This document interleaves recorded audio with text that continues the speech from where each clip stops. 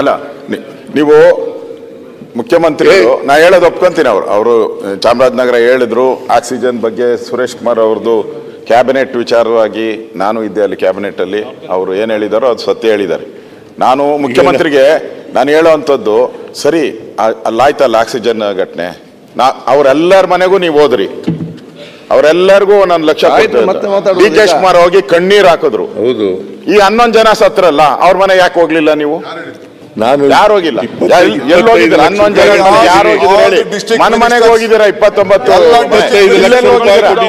ಎಲ್ಲಿ ಹೋಗಿದ್ದೀರಾ ಹೇಳಿ?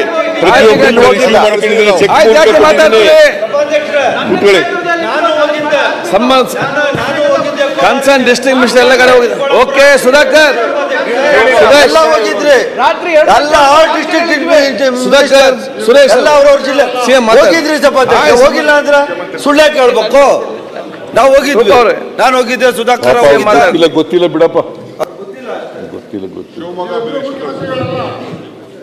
ಶಿವಮೊಗ್ಗದಲ್ಲಿ ಮಿನಿಸ್ಟ್ರಿಗೆ ಹೇಳಿದೆ ನಾನು, ಎಲ್ಲ ಶಿವಮೊಗ್ಗ ಮಿನಿಸ್ಟರ್ ಹೊಂಟೋದ್ರ.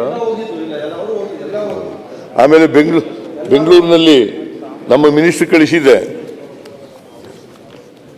ನಾನು. ಆಮೇಲೆ ಸತ್ತ ಕುಟುಂಬದವರಿಗೆ 25 ಲಕ್ಷ ರೂಪಾಯಿ ಪರಿಹಾರವಾಗಿ ಕೊಟ್ಟಿದ್ದೀವಿ. ಮತ್ತೆ ಎಲ್ಲರೂ ಕೂಡ ಚೆಕ್ ಇಸ್ಕೊಂಡಿದ್ದಾರೆ, ಎಲ್ಲರೂ ಕೂಡ ಚೆಕ್ ಇಸ್ಕೊಂಡಿದ್ದಾರೆ.